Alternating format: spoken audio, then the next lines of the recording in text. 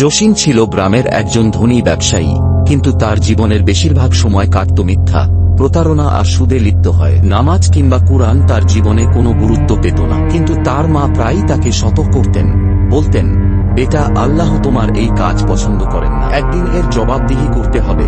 একদিন জসিম গভীর রাতে বাড়ি ফিরছিলেন। পথে একটি ছোট্ট মসজিদের পাশ দিয়ে যাচ্ছিলেন, যখন শুনতে পেলেন ইমাম সাহেবের আওয়াজ। ইমাম বলছিলেন, তোমরা জানো না কখন তোমার সময় শেষ হবে, তোবা করো এবং সঠিক পথে ফিরে আসো। আল্লাহ সেই বান্দাকে ভালোবাসেন যে তোবা করে। এই কথাগুলো শুনে জসিম থমকে দাঁড়ালেন, তার হৃদয় কেঁপে উঠল। তিনি ভাবলেন, আমি যদি এখনই মারা যাই তবে কি উত্তর দেব আল্লাহকে। সেই রাতেই তিনি মসজিদে প্রবেশ করলেন, ইমাম সাহেবের সঙ্গে কথা বললেন, নিজের পাপের জন্য কেঁদে কেঁদে আল্লাহর কাছে ক্ষমা চাইলেন। এরপর থেকে জসিমের জীবন বদলে গেল। তিনি সব মিথ্যা, প্রতারণা ছেড়ে দিয়ে সৎ পথে ব্যবসা শুরু করলেন। গ্রামের লোকজন তার এই পরিবর্তন দেখে বিস্মিত হল এবং তার কাছ থেকে শিক্ষা নিল। জসিম বুঝতে পেরেছিলেন, আল্লাহর দয়ার দরজা কখনো বন্ধ হয় না। যতক্ষণ তুমি তওবা করো, আল্লাহ তোমাকে গ্রহণ করবেন।